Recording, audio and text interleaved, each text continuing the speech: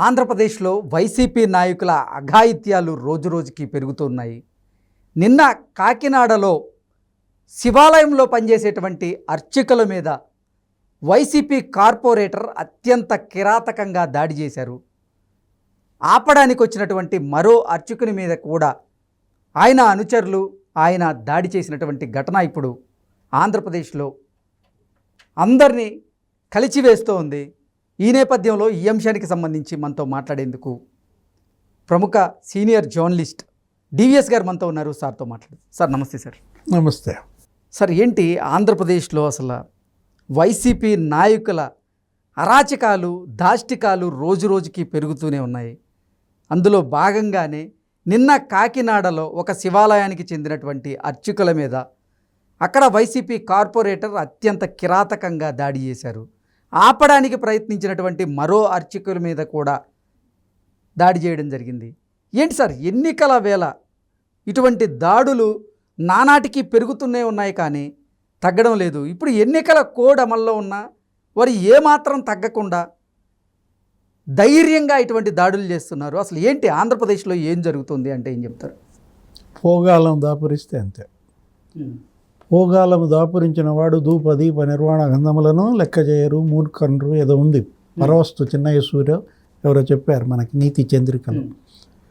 ఇప్పుడు నిన్న ఏం జరిగిందంటే శివాలయం ఈయన ఈ కార్పొరేటర్ ఇతను కౌన్సిలర్ చందర్రావు ఆయన పాలు తీసుకొచ్చాడు శివలింగానికి అభిషేకం. అర్చకుడు అతను ఎవరో సాయో ఎవరో అతనికి ఇచ్చారు. ఈయన పాలు సరిగ్గా పోయలేదంట. పక్క భక్తుడు పాలు బాగా పోసాడంట.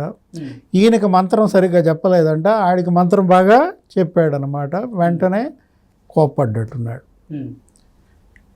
అరిచేసినట్టున్నాడు. అప్పుడు తర్వాత సహాయ అర్చకుడు అందరికీ ప్రసాదాలు ఇస్తారు కదా, తీర్థాలు ప్రసాదాలు ఇస్తూ భక్తులందరికీ ఇస్తూ ఈయనకి కూడా ఇచ్చాడు. ఆ సహాయ అర్చకుడు ఫెల్డ్మని కొట్టాడు దవడ మీద.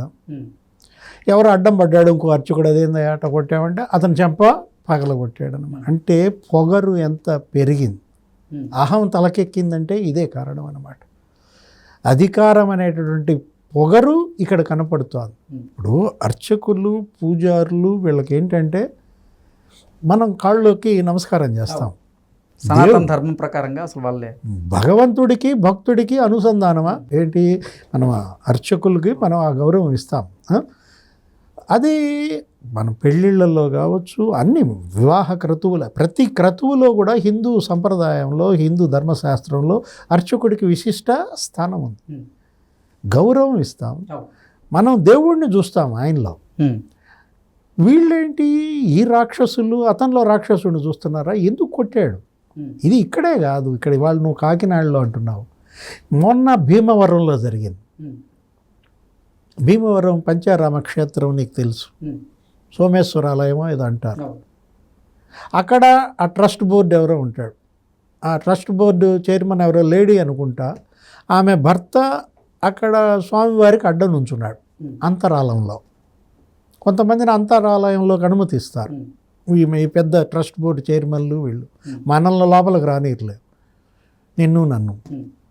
వాళ్ళేంటి, వాళ్ళకి అధికారం ఉంది కదా, వాళ్ళని లోపల పిలిచి ఆ అంతరాలయంలో ఆయన ఉంటే ఇతను ఉండి ఈ అర్చకుడు మామూలు భక్తులతో పాటు ఉండి ఈయన ఏమన్నాడు, స్వామి కొంచెం పక్కకు తొలగండి, మాకు స్వామివారు కనపడతలేదు.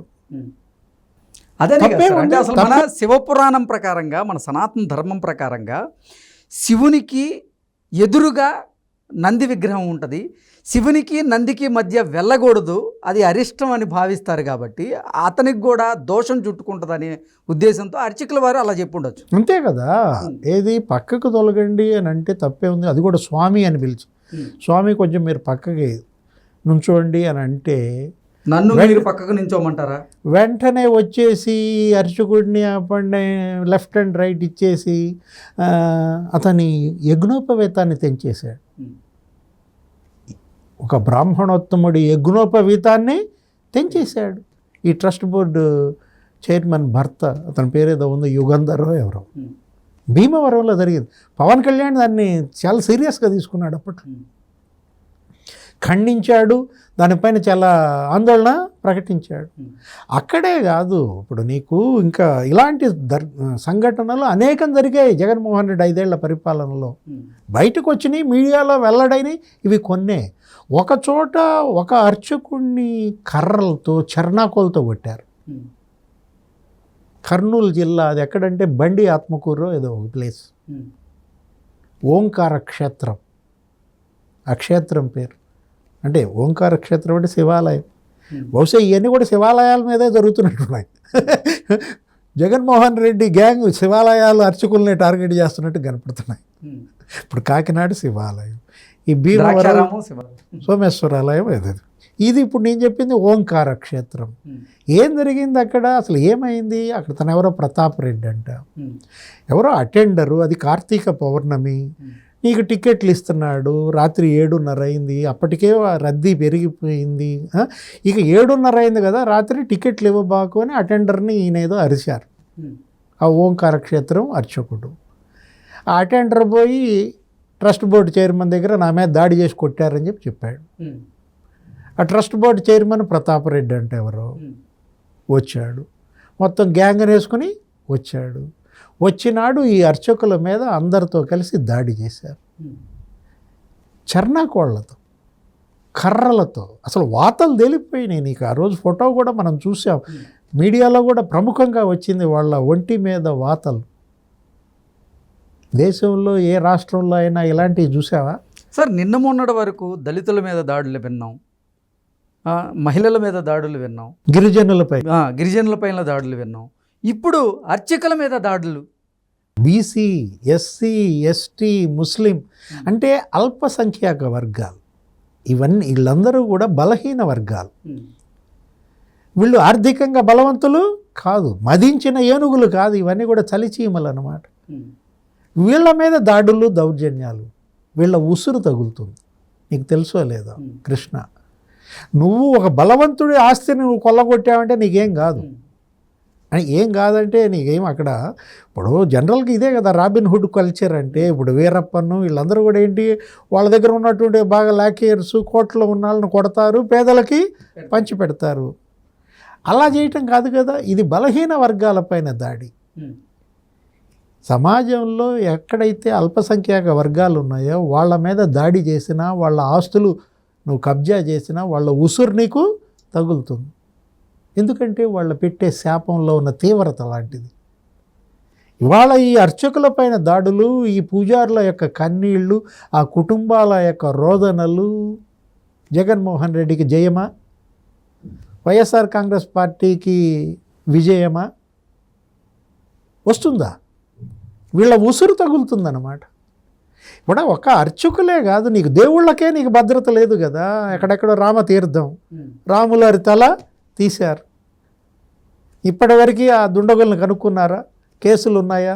లేకపోగా దాని యొక్క trust board chairman Ashok Gajapathiraju గారు, పాపం ఆయన వాళ్ళ తండ్రి పివిజి రాజు గారు 1000 ఎకరాలు ఇచ్చాడు ఆలయాలకి, విద్యా సంస్థలకి. అలాంటి అశోక్ గజపతిరాజు పట్ల ఎంత నిర్దాక్షిణ్యంగా వ్యవహరించారో మనం చూసాం. సింహాచలం ట్రస్ట్ బోర్డుని, ఆ రామతీర్థాన్ని ఎంతగా వాళ్ళు ఉత్తరాంధ్రలో ఆలయాలను చెరబట్టారో మనం చూసాం. దేవస్థానాల కోసం, విద్యా సంస్థల కోసం గజపతి రాజులు అంత చేస్తే అశోక్ గజపతి రాజు పట్ల వీళ్ళ యొక్క ప్రవర్తన ఎలా ఉంది ఆ కుటుంబం పట్ల? అక్కడే కాదు, 140 దేవాలయాలపై దాడులు జరిగాయట జగన్మోహన్ రెడ్డి 5 ఏళ్లలో. ఎక్కడో ఆంజనేయ స్వామి చెయ్యి ఎరగొట్టారు. వాడెవడో ఒకడు మంత్రి, వాడేమంటాడు, ఏం విగ్రహం ఆంజనేయ స్వామి చెయ్యి ఇరిగితే రక్తం వచ్చిందా అంటాడు. అతను మంత్రి.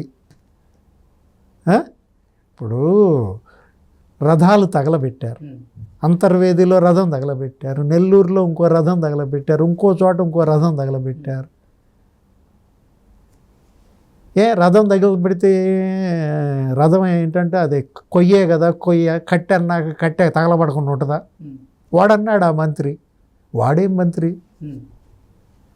విగ్రహం చెయ్యి నరిగితే రక్తం వచ్చిందా అని, రథం తగలబెడితే కట్టే కదా కాలకుండా ఉంటుందా అని. దుర్గమ్మ దగ్గర వెండి సింహాలే ఎత్తుపోయారు. నీకు తెలుసు ఎక్కడ విజయవాడ దుర్గమ్మ దగ్గర వెండి సింహాలు ఎప్పటి నుంచో ఉండే మహాతల్లి సింహవాహిని కదా, సింహవాహిని కదా. ఏంటి ఆమె యొక్క ఆసనమే సింహం. ఆ వెండి సింహాలు ఎత్తుకుపోతే వాడేమంటాడు ఆ మంత్రి, వెండే కదా ఎత్తుపోకుండా ఉంటారా? ఇలాంటి మంత్రులు, ఇలాంటి ముఖ్యమంత్రి, ఈ విధమైనటువంటి పార్టీ 5 ఏళ్ల పరిపాలనలో ఇక్కడ హైందవ సమాజం పైన ఈ గుళ్ళు, ఈ ఆలయాలు, వీటిపైన దాడులు, ఇప్పుడు ఇక అది శృతి మించి నువ్వు అన్నావు పరాకాష్ఠకి చేరింది ఈ అర్చకులపై దాడులతో. ఒక్క అర్చకులే కాదు, ముస్లింలపైన దాడులు, మసీదులపైన దాడులు, ఇమాం మౌజన్లకు రక్షణ ఎక్కడుంది? 5 నెలల జీతం వాళ్ళకి పెండింగ్ అంట. ఇమాములు మౌజన్లకి జీతం ఇవ్వటం చంద్రబాబు తెలుగుదేశం ప్రభుత్వం ప్రారంభిస్తే ఇప్పుడు 5 నెలలుగా వాళ్ళకి జీతాలు లేవు. వాళ్లే కాదు, పాస్టర్లు, క్రైస్తవ దేవాలయాల పాస్టర్ల పరిస్థితి ఏంటి? ఎవరికి ఉంది రక్షణ? ఎవరికి ఉంది భద్రత? ఆంధ్రప్రదేశ్లో ఎవరికి ఉంది భద్రత? అభద్రత, అశాంతి రాజ్యం వెళుతుంటే అర్చకుల మీద దాడులు ఏముంది? Okay sir, thank you so much. నమస్తే.